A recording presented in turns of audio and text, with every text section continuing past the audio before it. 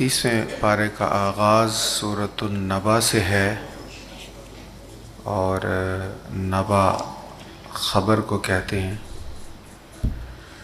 یہاں پر 30ویں پارے میں اللہ تعالیٰ نے قسم ارشاد فرما کر انسان کو یہ فرمایا ہے، آپ دوسرے لفظوں میں یوں بھی کہہ سکتے ہیں انسان کو یقین دلایا ہے کہ قیامت ضرور واقع ہوگی۔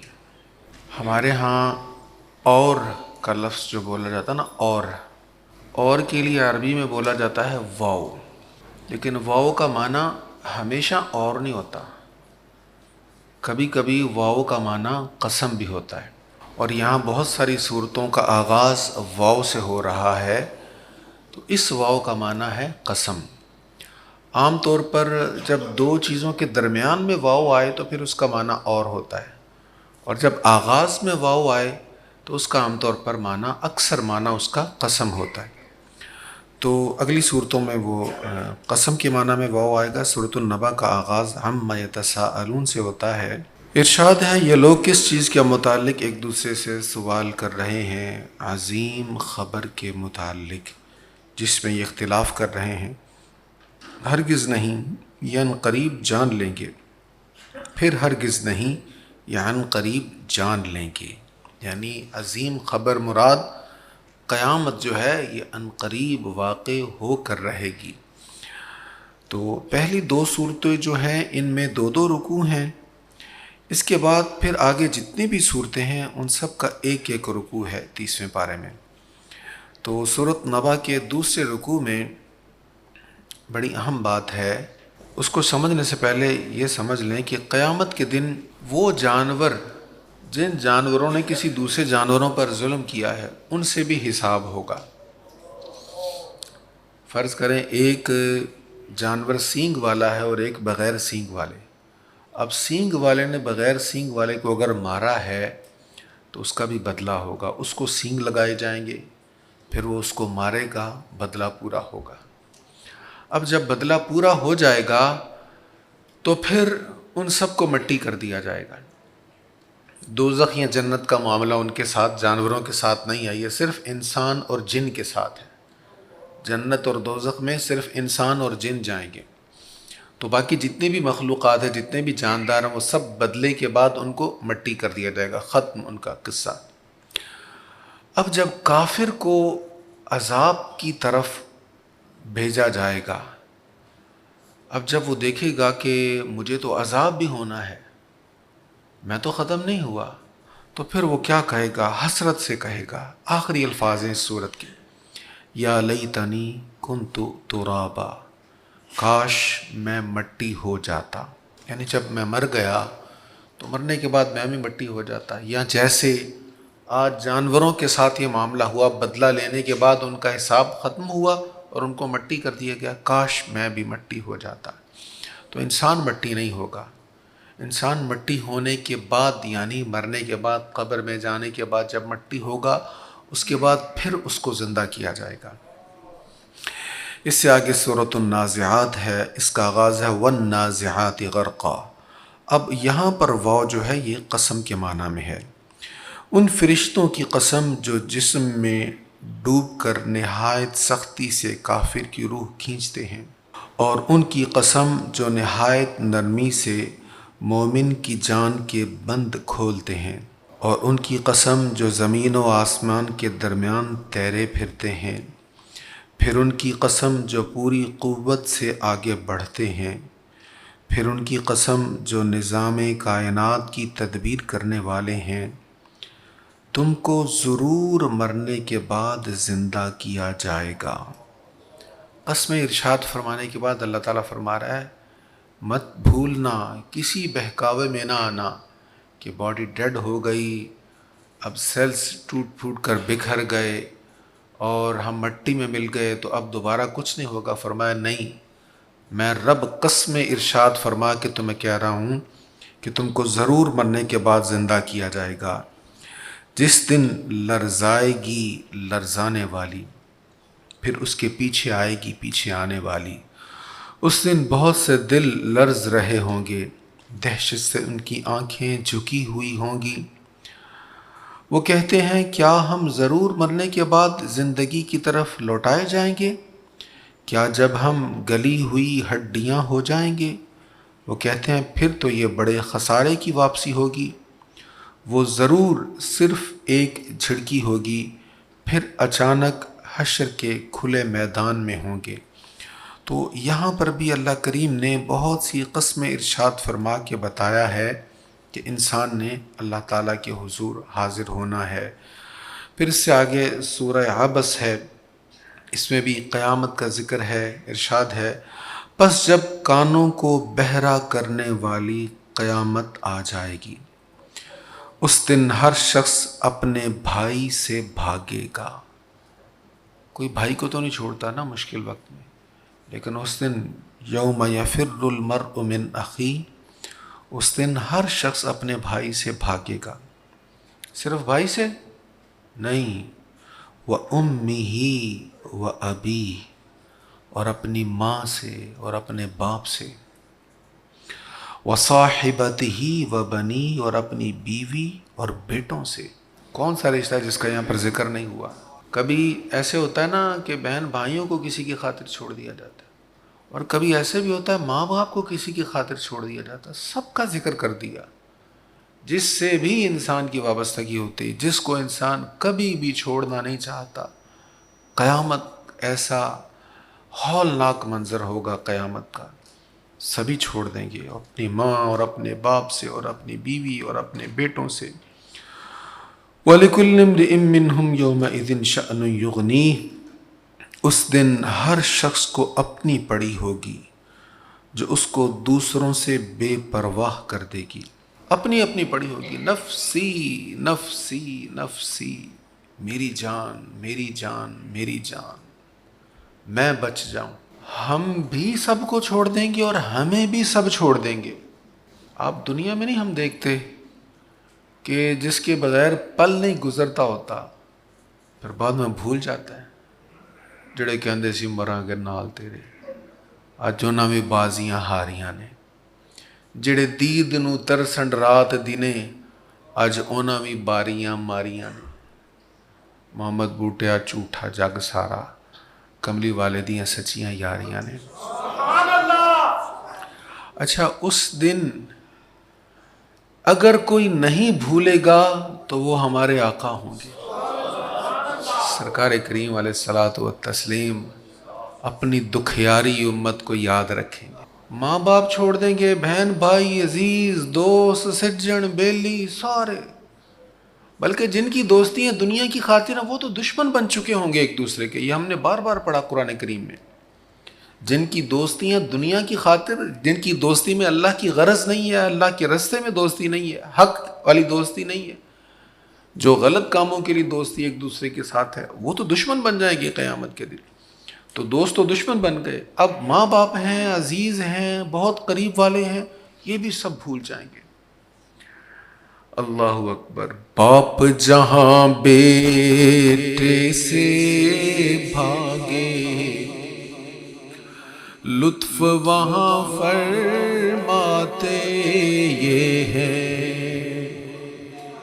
ماں جب اکلوتے کو بھولے، آ کہہ کے بلاتے یہ ہیں، اپنی بنی ہم آپ بگاڑیں، کون بنائے بناتے یہ ہیں، ٹھنڈا ٹھنڈا میٹھا میٹھا پیتے ہم ہیں، پلاتے یہ ہیں، سلم سلم کی ڈھارس میں، جب پل صراط سے گزریں گے نا حضور وہاں کہیں گے سلم، یا اللہ سلامتی سے پار لگا دے۔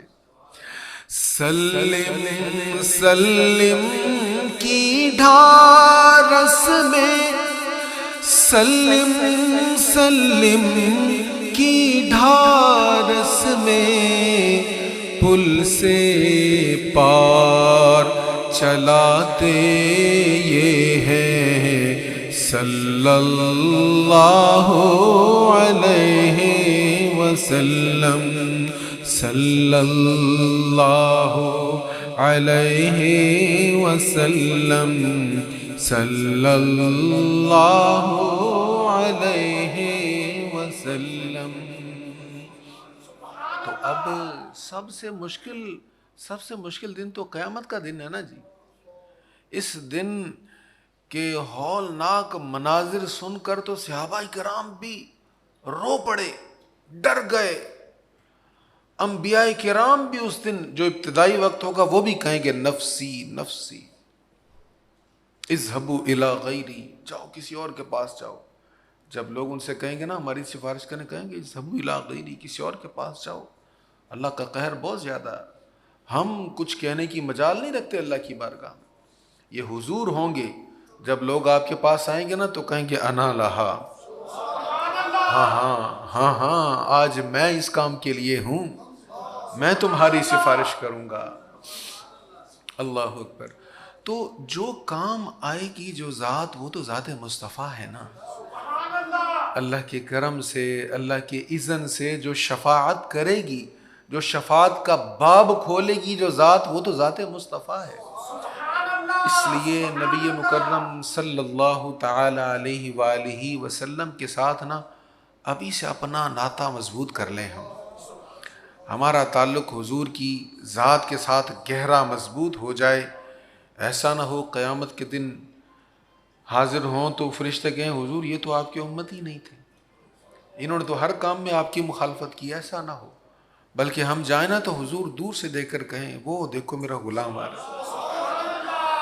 مزہ جب ہے سرکار محشر میں کہہ دیں،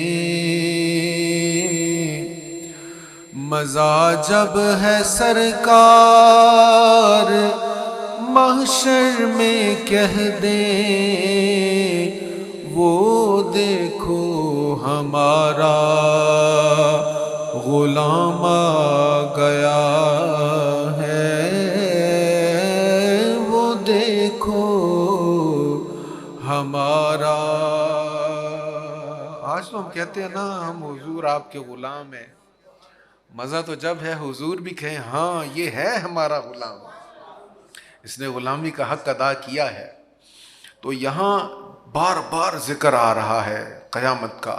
اگلی صورت ہے اذا الشمس کورت، جب سورج کو لپیٹ دیا جائے گا، اور جب ستارے جھڑ جائیں گے، اور جب پہاڑ چلائے جائیں گے، اور جب 10 ماہ کی حاملہ اونٹنیاں بیکار چھوڑ دی جائیں گی۔ عربوں کے ہاں سب سے قیمتی مال اونٹنی سمجھا جاتا تھا، سب سے قیمتی شے۔ بھول جائے گا وہ کھانے کو، توجہ ہی نہیں ہوگی۔ فرمایا یہی عالم ہوگا، تمہاری سب سے قیمتی شے۔ آج کے دور میں آپ کہہ لیں سب سے اعلیٰ گاڑی، سب سے پرتعیش شے، سب سے بہترین خزانہ جس سے تمہیں محبت ہے، وہ تمہارے سامنے ہوگی، تمہیں اس میں کوئی دلچسپی نہیں ہوگی، اس لیے کہ قہر بڑا زبردست ہے، بڑا ہیبت ناک منظر ہے۔ یہ قیامت کا منظر بیان ہو رہا ہے۔ اس سے اگلی صورت میں ارشاد ہے جب آسمان پھٹ جائے گا، اذا السماء انفطرت، جب آسمان پھٹ جائے گا، اور جب ستارے جھڑ جائیں گے، اور جب سمندر اپنی جگہ سے بہا دیے جائیں گے، اور جب قبریں شق کر دی جائیں گی، تو ہر شخص جان لے گا اس نے پہلے کیا عمل کیا تھا اور بعد میں کیا کیا تھا۔ اے انسان، تجھے اپنے رب کریم سے کس چیز نے دھوکے میں رکھا تھا؟ کیسے تعجب والے انداز میں، معنی خیز انداز میں سوال ہو رہا ہے، یا ایھا الانسان ما غرک بربک الکریم، اے انسان وہ کریم رب کس چیز نے تجھے دھوکے میں رکھا، کیوں تو اس سے غافل ہوا؟ سیدنا فاروق اعظم یہ آیت پڑھ رہے ہیں اور پھر اس کا جواب خود دے رہے ہیں رو کر، جہالت نے جہالت نے جہالت نے۔ کیا مطلب؟ جو رب سے غافل ہے، جتنا مرضی پڑھا لکھا ہے، جتنا مرضی سیاںا ہے، خرد کی گتھیاں سلجھانے والا ہے، فیصلے کرنے والا ہے، بہت علم والا ہے، لیکن جو رب سے غافل ہے وہ جاہل ہے۔ اللہ فرما رہا تمہیں کس چیز نے دھوکے میں رکھا؟ جس نے تجھے پیدا کیا، پھر درست کیا، پھر تیرے اعضاء کو متناسب بنایا، پھر جس صورت میں چاہا تجھے بنا دیا۔ بے شک تم روز جزا کو جھٹلاتے ہو، اور بے شک تم پر نگہبان مقرر ہیں، معزز لکھنے والے۔ وہ جانتے ہیں تم جو کچھ عمل کرتے ہو، بے شک نیکوکار ضرور جنت کی نعمت میں ہیں، بے شک بدکار ضرور دوزخ میں ہیں۔ وہ روز جزا کو اس میں پہنچیں گے اور وہ اس سے چھپ نہیں سکیں گے۔ اور آپ نے کیا سمجھا روز جزا کیا ہے؟ پھر آپ نے کیا سمجھا روز جزا کیا ہے؟ جس دن کوئی شخص کسی شخص کے لیے کسی چیز کا مالک نہیں ہوگا، اور اس دن تمام احکام اللہ ہی کے لیے ہوں گے۔ اس سے آگے سورۃ المطففین ہے، اس میں ارشاد ہے ناپ تول میں کمی کرنے والوں کے لیے شدید عذاب ہے۔ وہ لوگ جو دوسروں سے ناپ کر لیں تو پورا لیں، اور جب انہیں ناپ کر یا تول کر دیں تو کم دیں۔ کیا ان لوگوں کا یہ گمان نہیں ہے کہ ان کو مرنے کے بعد اٹھایا جائے گا، بہت بڑے دن میں، جب سب لوگ رب العالمین کے سامنے کھڑے ہوں گے۔ یہاں پر گناہ گاروں کے متعلق ایک اور چیز بیان ہو رہی کہ وہ کیوں ان کا آخرت پر یقین نہیں ہے، کیوں گناہوں میں مبتلا ہے، کیوں قیامت کو اگنور کیا ہوا ہے۔ اس کی ایک وجہ بیان کی، کلا بل ران علی قلوبہم ما کانوا یکسبون، بلکہ ان کے برے کاموں نے ان کے دلوں پہ زنگ چڑھا دیا۔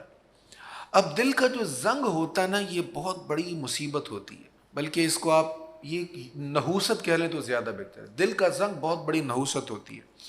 حضرت سیدنا ابو ہریرہ رضی اللہ عنہ بیان کرتے ہیں، رسول اللہ صلی اللہ علیہ وسلم نے فرمایا بے شک جب بندہ کوئی گناہ کرتا ہے تو اس کے دل میں سیاہ نقطہ پڑ جاتا ہے، اور جب وہ اس گناہ کی تلافی کر لیتا ہے اور اللہ سے استغفار اور توبہ کرتا ہے تو اس کا دل صاف ہو جاتا ہے، اور اگر وہ دوبارہ اس گناہ کو کرتا ہے تو وہ سیاہ نقطہ زیادہ ہو جاتا ہے، حتیٰ کہ اس کے دل پر چھا جاتا ہے۔ اور یہ وہ ران ہے جس کا اللہ نے اپنی کتاب میں ذکر فرمایا ہے، کلا بل ران علی قلوبہم ما کانوا یکسبون۔ اب اس میں حضور نے بڑا کھول کر اس آیہ کریمہ کو ہمیں سمجھا دیا کہ جب گناہ کیا دل پر ایک ڈاٹ پڑ گیا، ایک نقطہ پڑ گیا، اچھا اگر توبہ کر لی، استغفار کر لیا، ذکر الہی کر لیا، اللہ کی یاد میں گم ہو گئے، اس کی تلافی کر لی تو پھر تو وہ صاف ہو جائے گا، نہیں تو وہ پھیلتا جائے گا، پھیلتا جائے گا، یہاں تک کہ پھیلتے پھیلتے سارے دل کو وہ سیاہ کر دے گا، اور یہ ران ہے۔ جب یہ عالم ہو جاتا ہے پھر انسان بڑی سے بڑی غلطی کر کے بھی توجہ نہیں کرتا اس طرح، وہ کہتا کوئی بات نہیں، خیر ہے، ہوتا ہے، چلتا ہے، ایسا تو اتنا تو ہونا چاہیے، تو پھر وہ اس کو معمولی سمجھتا ہے۔ اور جب اس میں تقویٰ ہو، نیکی ہو، پرہیزگاری ہو، دل صاف ہو، تو معمولی سے معمولی غلطی پر بھی وہ ٹھٹک جاتا ہے، رک جاتا ہے، پیچھے پلٹ کے دیکھتا ہے یہ مجھ سے خطا ہو گئی، یہ غلطی ہو گئی، تو پھر اس کو خیال آتا ہے اگر اس کا دل صاف ہوتا ہے۔ اس سے آگے پھر اگلی صورت انشقاق میں بھی قیامت کا ذکر ہے، جب آسمان پھٹ جائے گا اور اپنے رب کا حکم سن کر اس کی اطاعت کرے گا، اور یہی اس پر حق ہے، اور جب زمین پھیلا دی جائے گی اور جو کچھ اس کے اندر ہے وہ باہر ڈال دے گی اور خالی ہو جائے گی، اور اپنے رب کا حکم سن کر اس کی اطاعت کرے گی، اور یہی اس پر حق ہے۔ تو زمین، جو کچھ زمین میں ہے وہ اگلتی جا رہی ہے، وہ ظاہر ہوتا جا رہا ہے، جتنے معدنیات، خزانے کچھ انسان ڈھونڈ رہا ہے، اور کچھ زمین خود نکال کے باہر انسان کے سامنے پیش کر رہی ہے، اور قرب قیامت تک سارے خزانے زمین کے باہر آ جائیں گے۔ ہم بچپن میں ہم سنتے تھے سب سے قیمتی شے پیٹرول، اب کتنا کچھ، یورینیم، وہ بیٹریز بنانے کے لیے وہ لیتھیم شاید ایک نئی چیز ہے، اور بہت ساری نئی نئی چیزیں وہ زمین سے نکل رہی ہیں، اور دنیا کی توجہ ان چیزوں کی طرف ہو رہی۔ تو اللہ فرما رہا قرب قیامت میں یہ سب چیزیں باہر آ جائیں گی، سارے خزانے زمین اگل دے گی، اور پھر اللہ کے حضور حاضر ہونا پڑے گا۔ پھر آگے سورۃ بروج ہے، والسماء ذات البروج، برجوں والے آسمان کی قسم، اور اس دن کی قسم جس کا وعدہ کیا ہوا ہے، اور حاضر کی قسم، اور جس کو حاضر کیا جائے گا۔ قیامت کے دن ضرور سب کو اللہ تعالیٰ کے حضور حاضر کیا جائے گا۔ اس سے آگے سورۃ الطارق ہے، آسمان کی قسم اور رات کو طلوع ہونے والے ستارے کی قسم، اور آپ کیا سمجھے وہ رات کو طلوع ہونے والا کیا ہے، وہ نہایت روشن ستارہ ہے۔ بے شک ہر نفس کے اوپر ایک محافظ یعنی نگہبان ہے۔ سو انسان کو غور کرنا چاہیے کہ وہ کس چیز سے پیدا کیا گیا ہے۔ بڑی عام بات ہے، فَلْيَنْظُرِ الْإِنسَانُ مِمَّ خُلِقَ، ایسا خوبصورت انسان، ایسا وجیح انسان بنا کس چیز سے جس چیز کا نام بھی لینا ہم پسند نہیں کرتے، تو کیسی غلاظت سے کتنا حسین انسان بنایا۔ تو جس نے پانی کی غلیظ بوند سے تمہیں بنا دیا ہے وہ تمہیں مٹی سے دوبارہ اٹھا بھی سکتا ہے۔ بس انسان کو غور کرنا چاہیے کہ کس چیز سے پیدا کیا گیا۔ خلق من ماء دافق، وہ اچھلتے ہوئے پانی سے پیدا کیا گیا ہے جو پیٹھ اور سینہ کی ہڈیوں کے درمیان سے نکلتا ہے۔ صلب باپ کے مقام کو کہا جاتا ہے جہاں سے نطفہ چلتا ہے، اور ترائب ماں کے مقام کو کہا جاتا ہے جہاں سے پانی چلتا ہے، اور ان دونوں کا ذکر یہاں پر اس آیت میں فرمایا۔ یخرج من بین الصلب والترائب، جو پیٹھ اور سینہ کی ہڈیوں کے درمیان سے نکلتا ہے، بے شک اللہ اس کو لوٹانے پر ضرور قادر ہے۔ جس نے ایسے ان پانیوں سے اس کو ملا کر تخلیق کیا ہے وہ پھر اس کو لوٹانے پر بھی قادر ہے۔ جس دن سینہ کی چھپی باتیں ظاہر کر دی جائیں گی، سو اس وقت نہ اس کی کوئی طاقت ہوگی نہ اس کا کوئی مددگار ہوگا۔ بارش والے آسمان کی قسم اور پھٹنے والی زمین کی قسم، بے شک یہ قرآن حق اور باطل میں فیصلہ کرنے والا کلام ہے اور یہ کوئی مذاق نہیں ہے۔ بے شک کافر اپنی سازش کر رہے ہیں اور میں اپنی خفیہ تدبیر کر رہا ہوں، سو آپ کافروں کو چھوڑ دیں اور ان کو تھوڑی مہلت دیں۔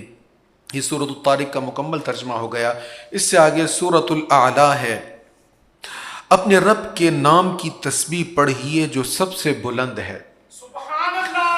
یہ سورہ مبارکہ سورۃ الاعلیٰ وہ سورت ہے کہ نبی پاک علیہ الصلوۃ والتسلیم تلاوت کر رہے تھے، اور وہ شخص جو حضور علیہ الصلوۃ والسلام کا کلام نہیں سنتا تھا اپنے کانوں میں روئی ٹھونس کر حضور کے پاس سے گزرتا تھا۔ لوگوں نے ایسا متنفر کیا ہوا تھا، بدگمان کیا ہوا تھا۔ طفیل دوسی، دوست قبیلے کا سردار تھا یہ۔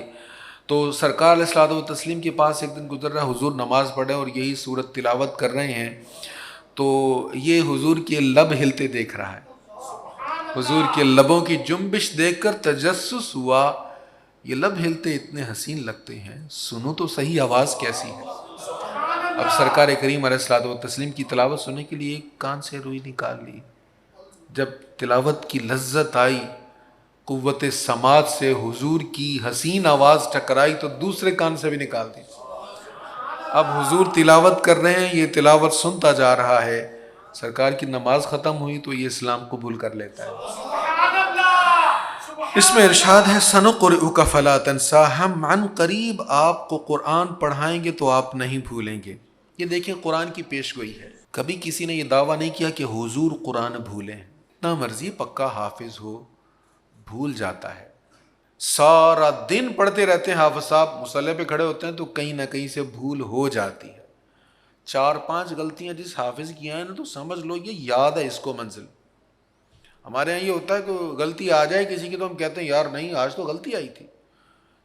بزرگ فرماتے ہیں 4-5 غلطیاں ہو نا تو سمجھو بہت یاد ہے اس کو، بہت یاد ہے اس کو، جس کو 4-5 غلطیاں ہیں۔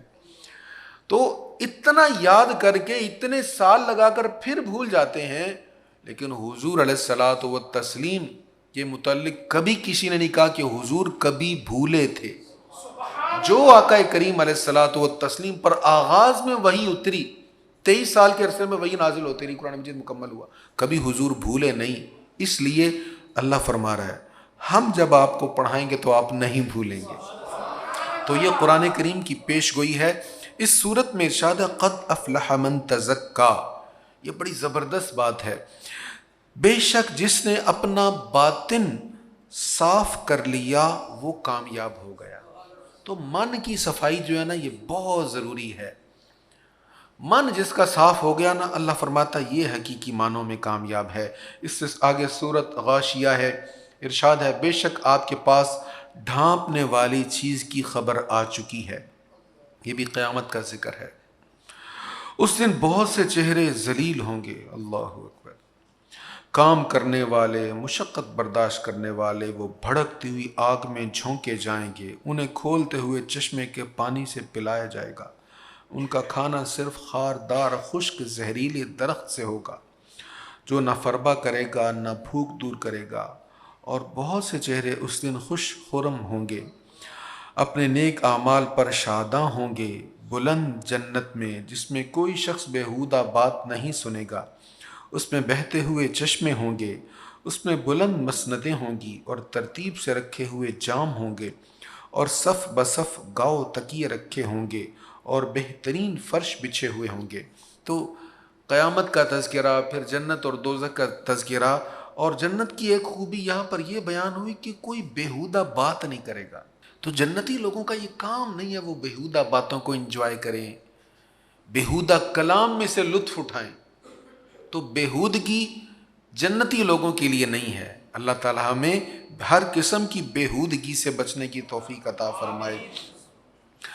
پھر اس سے آگے سورۃ الفجر ہے، اس میں بھی قیامت کا ذکر ہے، ارشاد ہے بے شک جب زمین پاش پاش کر کے ریزہ ریزہ کر دی جائے گی اور آپ کا رب جلوہ فرما ہوگا اور فرشتے صف بصف حاضر ہوں گے، اور اس دن دوزخ کو لایا جائے گا، اس دن انسان یاد کرے گا، اور اب کہاں یاد کرنے کا وقت ہے، وہ کہے گا کاش میں نے زندگی میں کوئی نیکی آگے کے لیے بھیجی ہوتی۔ سو اس دن اس کے عذاب کی طرح کوئی عذاب نہ دے گا اور نہ کوئی اس کے جکڑنے کی طرح جکڑے گا۔ یعنی اللہ تعالیٰ کی گرفت ایسی ہوگی کہ ایسی گرفت کبھی کسی کی نہیں ہوئی ہوگی، نہ ہی ہو سکتی ہے۔ اب اس سے آگے جو آیات ہے نا، آخر جہاں پر سورۃ الفجر ختم ہو رہی ہے، بہت پیارا ارشاد ہے، یا ایتھا النفس المطمئنہ، اے نفس مطمئنہ، تو اپنے رب کی طرف اس حال میں لوٹ جا کہ تو اس سے راضی، وہ تجھ سے راضی، سبحان اللہ سبحان اللہ، پھر تو میرے نیک بندوں میں داخل ہو جا اور میری جنت میں داخل ہو جا۔ سبحان اللہ۔ نفس مطمئنہ کیا ہے؟ نفس مطمئنہ یہ ہے کہ انسان گناہوں سے ایسا مجتنب ہو جائے، ایسا بچ جائے کہ اس کے نفس کو اطمینان ہو جائے میں رب کا فرما بردار ہوں، رب کے جو احکامات ہیں اس پر دل مطمئن ہو جائے کہ ہاں میرے رب کا حکم ہے، میں نے اسی پر عمل کرنا ہے، رب نے جن چیزوں سے روکا ہے اس پر دل مطمئن ہو جائے کہ رب نے روکا ہے، مصطفیٰ کریم علیہ السلام نے روکا ہے، وہ پکا مطمئن ہو کر اس کو صحیح سمجھتے ہوئے برائیوں کو چھوڑنے والا ہو، نیکیوں کو صحیح سمجھتے ہوئے کرنے والا ہو، یہ نفس مطمئن ہے۔ اور صوفیہ فرماتے ہیں کہ نفس مطمئن یہ قلب مطمئن سے بھی بڑی چیز ہے۔ ایک ہے دل کا اطمینان، دل کا اطمینان اور چیز ہے، اور نفس کا اطمینان اس سے بھی بڑی چیز ہے۔ اس سے آگے سورہ بلد ہے۔ اصل میں میں نے یہ ٹرم آپ کے سامنے عرض کر تو دی، لیکن اس کو وضاحت سے سمجھانے کے لیے بھی وقت چاہیے، کبھی موقع ملا تو اس پر بات کریں گے انشاءاللہ۔ اس سے آگے سورہ بلد ہے، اس میں ارشاد ہے لا اقسم بہذا البلد وانت حل بہذا البلد، مجھے اس شہر کی قسم، اس حال میں کہ آپ اس شہر میں مقیم ہیں۔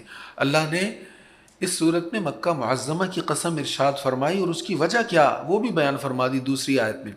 اس وجہ سے قسم نہیں ارشاد فرمائی کہ اس میں کعبہ شریف ہے، اس میں حجر اسود ہے، اس میں منی، عرفات، مزدلفہ، صفا، مروہ ہے، بلکہ فرمایا اس لیے قسم ارشاد فرمائی کہ آپ اس شہر میں موجود ہیں۔ تو اس سے مفسرین کہتے ہیں کہ عظمتیں جو ہیں نا وہ ذات مصطفیٰ کے ساتھ ہیں، تو جہاں جہاں حضور علیہ الصلاۃ والتسلیم ہوں گے وہ جگہ بہتر فضیلت والی ہوگی۔ پھر اس سے آگے سورہ شمس ہے، ارشاد ہے سورج کی قسم اور اس کی روشنی کی، اور چاند کی قسم جب وہ اس کے پیچھے آئے، اور دن کی قسم جب وہ سورج کو نمایاں کرے، اور رات کی قسم جب وہ اس کو چھپائے، اور آسمان کی قسم اور جس نے اس کو بنایا، اور زمین کی قسم اور جس نے اس کو پھیلایا، اور نفس کی قسم اور جس نے اس کو درست بنایا، پھر اس نفس کی قسم، پھر اس نفس کو اس کے برے کام اور ان سے بچنے کا طریقہ سمجھایا۔ تو بہت سی قسمیں ارشاد فرمانے کے بعد اب بات کیا ارشاد فرمائی؟ بات یہ فرمائی قد افلح من زکاہا، جس نے اپنے نفس کو گناہوں سے پاک کر لیا وہ کامیاب ہو گیا۔ تو جو چیز پیچھے بیان ہوئی ہے کہ من صاف کرنا، اسی چیز کو یہاں پر بیان کیا گیا۔ اس کے آگے سورۃ اللیل ہے، فرمایا اور رات کی قسم جب وہ دن کو چھپا لے، اور دن کی قسم جب وہ روشن ہو، اور اس ذات کی قسم جس نے نر اور مادہ کو پیدا کیا ہے، بے شک تمہاری کوشش ضرور مختلف ہے۔ ان سعیکم لشتی، تمہاری کوشش مختلف ہے۔ اب ایک بندہ صرف دنیا کے لیے کوشش کر رہا ہے، اور ایک کی دنیا کمانے کی کوشش میں رب کی رضا کی بھی کوشش ہے، تو دونوں مختلف ہے نا۔ ایک بندہ کفر کے لیے کوشش کر رہا ہے اور ایک بندہ اسلام کے لیے کوشش کر رہا ہے۔ ایک اسلام کو مٹانے کے لیے کوشش کر رہا ہے، ایک اسلام کے غلبہ کے لیے کوشش کر رہا ہے۔ فرمایا تمہاری کوشش مختلف ہے، تو جیسے کوشش مختلف ہے ایسے ہی جزا بھی مختلف ہے۔ اس صورت کے اختتام پر آج ہماری منزل یہیں تک تھی، کل سے سورۃ الضحیٰ پڑھیں گے۔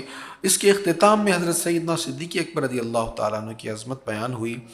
حضرت صدیق اکبر نے حضرت بلال رضی اللہ تعالیٰ عنہ کو بہت بھاری قیمت پر خرید کر آزاد کیا۔ اسی طرح حضرت عامر بن فہیرہ رضی اللہ تعالیٰ عنہ کو بھی آزاد کیا، کئی غلاموں کو آزاد کیا۔